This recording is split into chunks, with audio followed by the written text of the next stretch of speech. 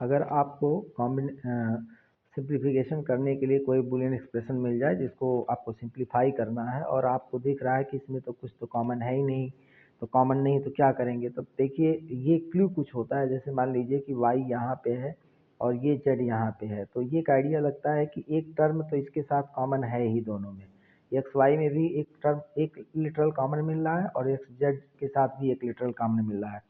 तो अब आप क्या करें, एक तो इसको 2 बार लिखना है और तरीका क्या है, आप और लगे हाथ क्या करिए कि जैसे एक्स भी लेते आइए एक्स डैश भी लेते आइए, तो कॉमन लेने में आसानी रहेगी। तो इसी नाते एक्स प्लस एक्स डैश का यहाँ पे मल्टीप्लाई कर दिया जाता है कॉम्प्लीमेंट लॉ के थ्रू। आप जानते हैं इसकी वैल्यू 1 होती है। अब आप इसको जो एक्सपेंड करेंगे तो ये मिल जाएगा। अब आप इन दोनों में एक्स वाई कॉमन ले लीजिए, इन दोनों में एक्स डैश वाई कॉमन ले लीजिए।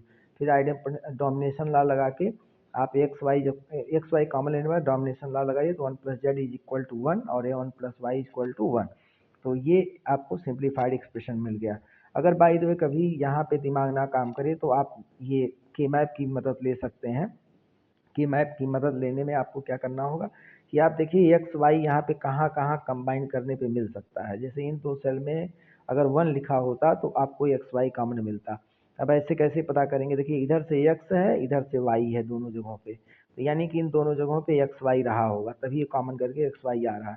ऐसे ही एक्स डैश जेड के बारे में देखिए तो एक्स डैश इधर से मिल जा रहा है और जेड डैश इन दोनों जगहों से मिल जाता है, यानी कि इन दोनों सेल में आप कंबाइन करेंगे तो एक्स जेड जेड आएगा, एक्स डैश जेड आएगा। अब यहाँ पे वाई जेड ऑटोमेटिकली देखिए आ गया, वाई जेड इसी में है। तो वाई जेड वो रिडंडेंट आपको टर्म एक ऐड कर दिया गया, इसी नाते आपको सिंप्लीफाई करने के लिए दिया गया है।